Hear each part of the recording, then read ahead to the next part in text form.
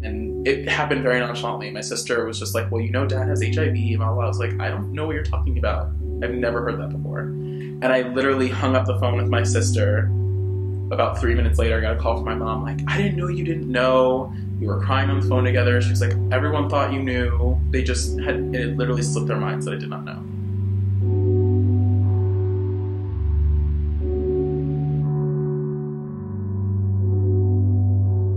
My mother was with my father from the age when they were 14 up until they were about 42. They were, they were only 2 years apart. So they were each other from their early teens to their early 40s.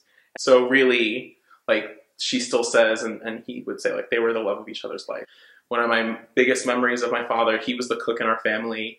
And on Sundays, I would come home from church, or we would all come home from church, and he would just cook and dance all day with my mother. It was he always laughed. He always was cracking a joke. He was just really funny and really loving. I mean, he had his demons, and I think I saw less of that because, like I said, he moved away for a decade, and that was like a decade where I was growing up. He and my mother separated when I was 10. It was never a time to tell someone that you're living with HIV, and as fun-loving as he was also a very private person, like, in general. I just don't think he could be laughy and show you love, but I don't think he was very intimate in terms of, like, telling people everything that's going on.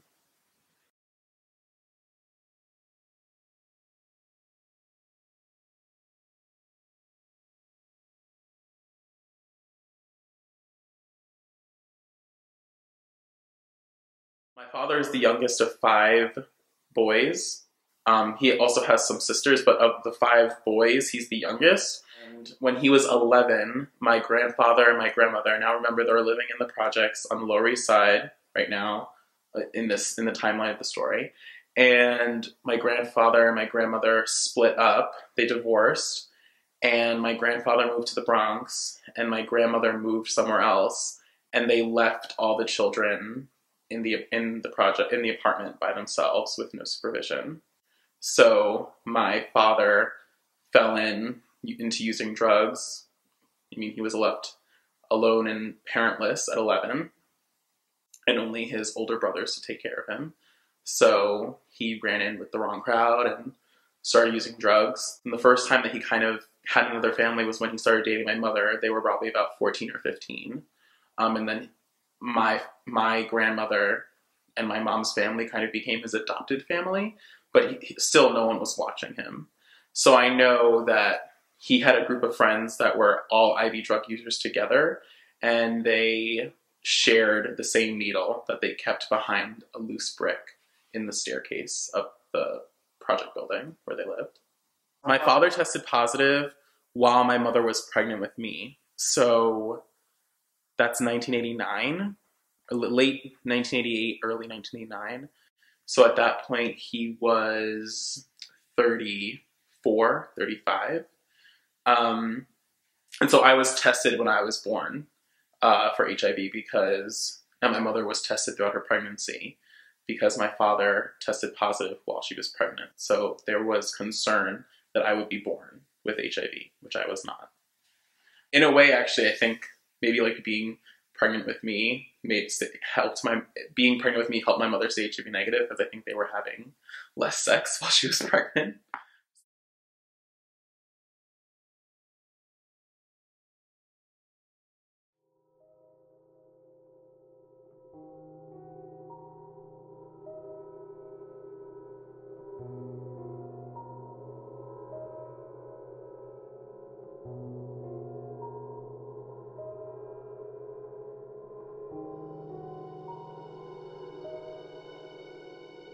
My father had HIV, he had Hep C, he had cirrhosis of the liver, he had diabetes, he had asthma, he had neuropathy.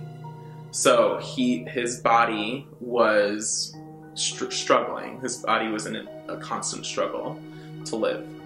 The day before he died, the doctor at Beth Israel told my sister and myself that we were in charge of deciding whether or not to take my father off of life support. It was a Wednesday, and the family, even though it was in the hands of myself and my sister, the family decided that we would wait one more day to see if my father got better or got worse. When the doctor saw us on that Wednesday, because he died on a Thursday, she said he only has 15% of his liver, so he had an infection, and you can't live on 15% of your liver. Thursday, we got a call that was like, it's time, like, come to the emergency room. I was the first one to arrive because it was at Beth Israel, and I worked on the Lower East Side, so I got on the 6th and was there in like 2 minutes. And so he passed away on his own. We didn't have to make any calls or take him off of life support.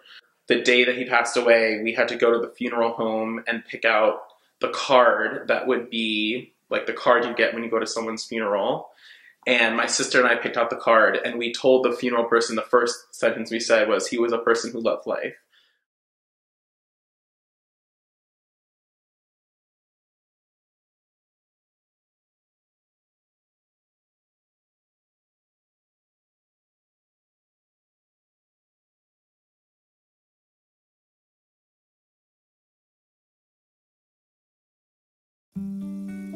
I feel like I've started doing this work so that other children don't have to live without their fathers or their parents or their family members.